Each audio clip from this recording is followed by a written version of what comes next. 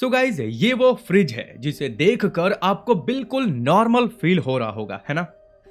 लेकिन जब आप इसके पीछे की काली सच्चाई को जानोगे तब आपको यही फ्रिज एक भयानक और डरावने रूप में दिखाई देना शुरू हो जाएगा। आपने फ्रिज के बहुत सारे केस सुने होंगे, इनफैक्ट मैंने भी आपको सुनाए हैं, लेकिन आज का ये केस कुछ ऐसा है जो आपको अंदर से कचोट देगा, क्योंकि इस फ्रिज में एक ऐसी कहानी दफन है जो पूरे 40 महीनों तक यानी कि 3.5 सालों तक उससे बाहर आने के लिए तड़पती रही। उस बेचारी लड़की के माता पिता 3 सालों तक पुलिस स्टेशन के चक्कर काटते रहे, गुहार लगाते रहे, रोते रहे कि कृपया मेरी बेटी को हमें सौंप दो ताकि हम उसका अंतिम संस्कार कर सकें। लेकिन पुलिस वालों ने उसके माता पिता को इतना रुलाया, इतना तड़पाया कि अगर आप जरा ठहर कर उनकी तड़पन को महसूस करो तो शायद आप खुद रो पड़ो। आज के इस केस को सुनने के बाद मैं दावे के साथ कह सकता हूं कि अगले कुछ दिनों तक आपके मन में ये पूरी कहानी रिपीट होती रहेगी। जी हां, हम बात कर रहे हैं the mystery of Rita case की। लेकिन गाइस एक बात और, आज का ये केस आप सभी का पेशेंस लेवल चेक करने वाला है कि आप कितने धैर्यवान हैं और किसी भी बात को कितने संयम और धैर्य के साथ सुन सकते हैं। सो प्लीज वही लोग इस वीडियो में आगे बढ़ें जो लोग धैर्य के साथ इस पूरी घटना को, इस पूरी कहानी को सुन सकते हैं, नहीं तो आप इस वीडियो को यहीं पर स्किप कर सकते हैं। और हाँ, यहाँ पर आपको सिर्फ सुनने को मिलेगा, बाकी अगर आप देखना चाहते हैं तो आप अपनी आंखें बंद करके मेरी बातों को ध्यान से सुनते जाओ, सब कुछ दिखता चला जाएगा। तो ये कहानी शुरू होती है उत्तर प्रदेश के इटावा जिले के सिलमपुर गांव से। एक शांत गांव जहां हर कोई एक दूसरे के दुख सुख में शामिल होता था। और इसी गांव में रहती थी रीटा नाम की एक मासूम और प्यारी सी लड़की। रीटा एक सामान्य ग्रामीण परिवार की लड़की थी। उसके माता पिता किसान थे और रीटा उनकी सबसे बड़ी बेटी थी। रीटा अपने सपनों को पूरा करने की कोशिश में लगी रहती थी। वह पढ़ाई में अच्छी खासी थी और अपनी मेहनत से अपने परिवार का सहारा बनना चाहती थी। लेकिन एक दिन सब कुछ बदल गया। इस गांव की शांति तब जाके भंग हुई जब 19 सितंबर 2020 की रात 22 साल की रीटा अचानक से अपने घर से गायब हो गई। वह रात गांव के लिए एक काले अध्याय की शुरुआत बन गई। उसके माता पिता को लगा कि शायद वह पास के ही किसी रिश्तेदार के यहाँ चली गई होगी, किसी के घर गई होगी। लेकिन जैसे जैसे समय बीतता गया और वो घर नहीं लौटी, तब उनके माता पिता की चिंता आसमान छूने लगी। अगली सुबह रीटा के माता पिता ने सबसे पहले अपने रिश्तेदारों को फोन करना शुरू किया। हर कोई यही कहता, नहीं, हमने रीटा को नहीं देखा और ना ही हमारे पास आई है।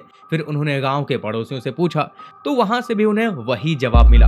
रीटा की मां भगवान देवी ने हर घर के हर कोना, छत, आंगन, यहाँ तक कि गांव के मंदिर और तालाब, हर जगह छान मारा, लेकिन उनकी बेटी का कोई अता पता नहीं चला। इतना ही नहीं गाइस, गांव के लोगों ने भी उसे ढूंढने में उनके माता पिता की मदद की, लेकिन कोई सफलता हाथ नहीं लग पाई। और इस तरह से 3 दिन बीत चुके थे और अब 20 सितंबर 2020 को थक हार कर, मन में डर लिए रीटा के माता पिता जसवंत नगर थाना पहुंचे। वहां पहुंचकर उन्होंने रीटा की गुमशुदगी की रिपोर्ट लिखवाने की पूरी कोशिश की। पुलिस स्टेशन पहुंचकर उन्होंने सब कुछ बताया, लेकिन वहां बैठे अधिकारियों ने उनकी बात सुनने के बजाय ये कहा, आपकी बेटी कहीं भाग गई होगी किसी के साथ। ऐसे मामलों में अक्सर ऐसा ही होता है, कुछ दिन थोड़ा इंतजार कर लीजिए, वो खुद ही घर लौट के आ जाएगी। हालांकि रीटा के माता पिता ने उनको समझाने की पूरी कोशिश की, साहब हमारी बेटी ऐसी नहीं है, वो कहाँ जाएगी, आप हमारी मदद कीजिए। फिर काफी देर तक समझाने और गिड़गिड़ाने के बाद पुलिस ने गुमशुदगी की रिपोर्ट दर्ज की। रिपोर्ट में एक नाम भी दर्ज किया गया, राम कुमार। रीटा के माता पिता ने बताया कि राम कुमार गांव का ही रहने वाला है और उन्हें शक है कि उनकी बेटी के गायब होने के पीछे उनका ही हाथ हो सकता है। लेकिन पुलिस ने इस नाम को गंभीरता से नहीं लिया। लेकिन हाँ, इस राजकुमार के नाम को आप अपने दिमाग में फिट कर लो, क्योंकि कुछ ऐसे ऐसे राज हैं जो इस नाम के पीछे छिपे हुए हैं। 24 सितंबर 2020 का समय था। गांव का ही एक किसान जो रोज की तरह अपने खेतों में गया हुआ था, उसे वहां से एक अजीब सी बदबू महसूस हुई। उसने सोचा शायद कोई जानवर मरा होगा, लेकिन जब उसने पास जाकर देखा तो उसकी आंखें फटी की फटी रह गई। वहां एक कंकाल पड़ा हुआ था। कंकाल का रंग गहरा काला हो चुका था, मानो उसे जैसे जला दिया गया हो। वहां पे सैंडल और कुछ कपड़े पड़े हुए थे। किसान ने तुरंत गांव में जाकर यह खबर फैला दी। रीटा के माता पिता यह सुनते ही दौड़ते हुए खेत पर पहुंचे। वहां पहुंचते ही उन्होंने पास पड़े उस सैंडल्स और कपड़े को पहचान लिया कि ये सब देखते ही उन्होंने चिल्लाते हुए कहा, ये चप्पल और ये कपड़े मेरी बेटी रीटा के हैं, और फूट फूट कर रोने लगे। इतने में गांव के लोगों ने पुलिस को सूचना कर दी थी। पुलिस फिर मौके पर वहां पहुंची। घटनास्थल पर पहुंचकर वहां पे उसे कब्जे में लिया गया, लेकिन पुलिस ने साफ कह दिया कि इन कपड़ों और चप्पल और सैंडलों से ये साबित नहीं हो जाता कि ये आपकी बेटी के कंकाल है, तो उसके लिए हमें डीएनए टेस्ट करना होगा।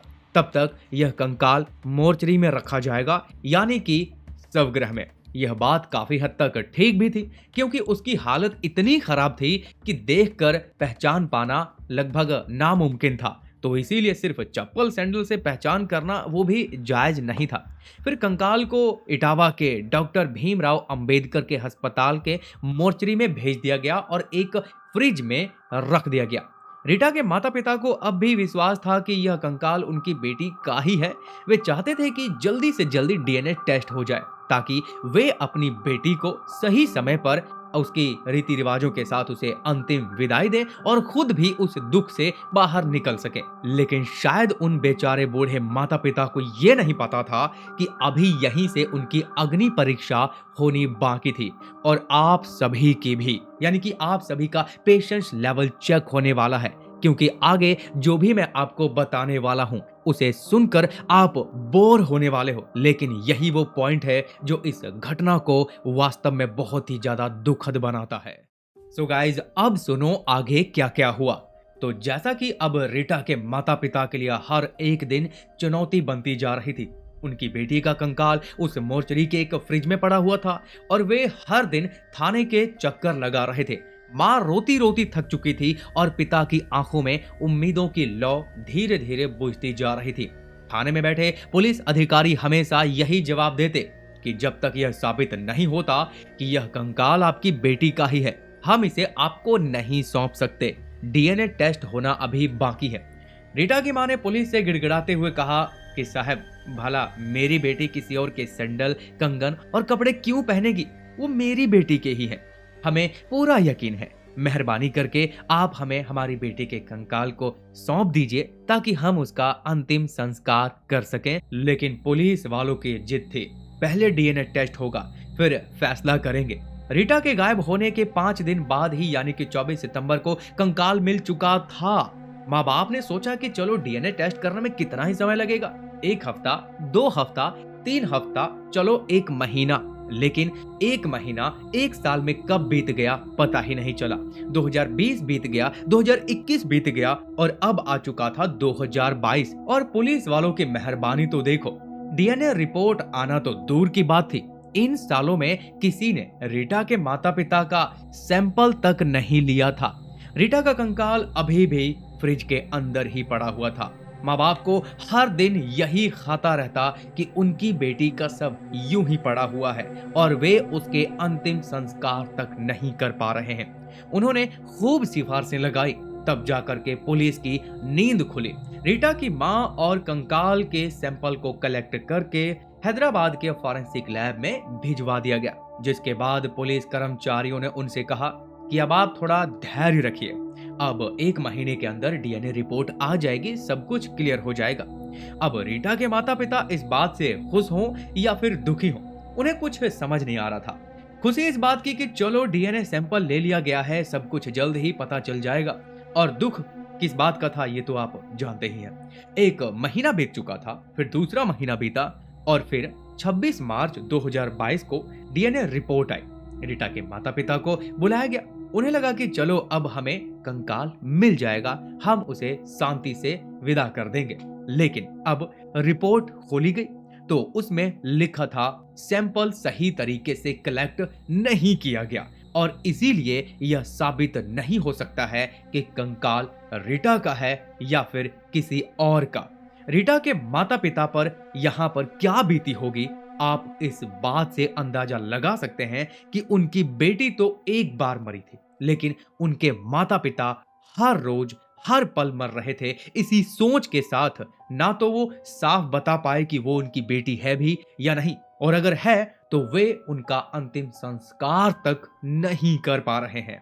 खैर, इतना सब होने के बाद यहाँ पे रीटा की माँ ने गुस्से से कहा, इतना समय लगाकर भी आप लोग बस एक सैंपल सही से नहीं ले पाए, आखिरकार हमें कब तक हमारी बेटी का अंतिम संस्कार करने नहीं देंगे आप लोग।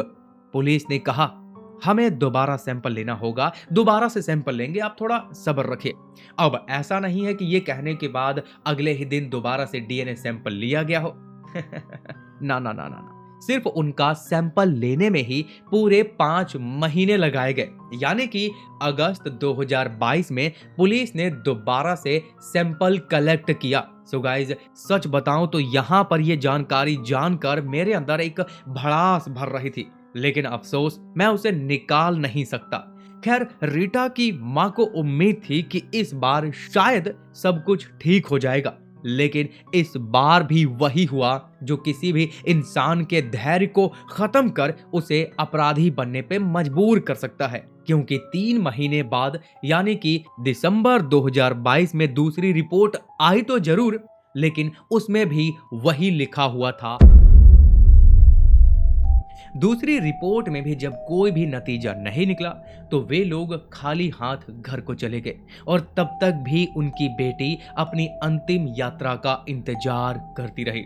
लेकिन जो माँ बाप अपनी बेटी के लिए दिन रात लड़ रहे थे, उनके लिए यह सफर और भी मुश्किल होने वाला था। रीटा के माँ बाप रोज थाने के चक्कर लगाते रहे, कभी कभी घंटों तक वहीं बैठकर पुलिस वालों से मिन्नतें करते, साहब एक बार फिर से हमारा डीएनए सैंपल ले लीजिए और इस बार कोई भी गलती मत कीजिएगा।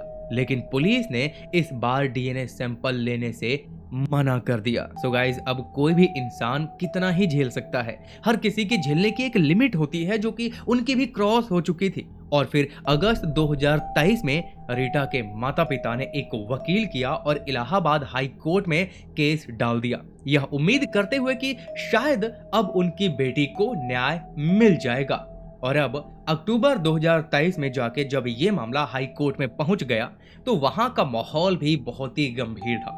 वकील ने जज साहब के सामने सारी बात रखी कि महोदय, ये माता पिता पिछले 3 सालों से अपनी बेटी के अंतिम संस्कार करने के लिए तरस रहे हैं, लेकिन पुलिस उन्होंने 2 बार डीएनए सैंपल भेजे और दोनों बार सैंपल सही से नहीं भेजे। अब तीसरी बार भेजने के लिए कह रहे हैं तो उनके पास बजट ही नहीं है। अब आप ही बताइए कि ये माँ बाप करे तो करे क्या।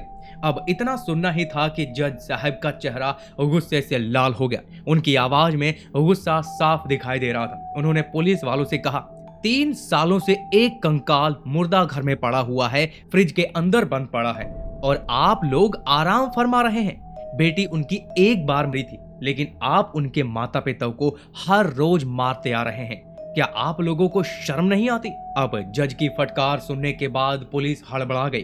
तुरंत उन्होंने एक नई टीम बनाई और कहा कि अब की बार कोई गलती नहीं होनी चाहिए। इस बार कंकाल और उसके माता पिता के सही तरीके से सैंपल कलेक्ट होने चाहिए।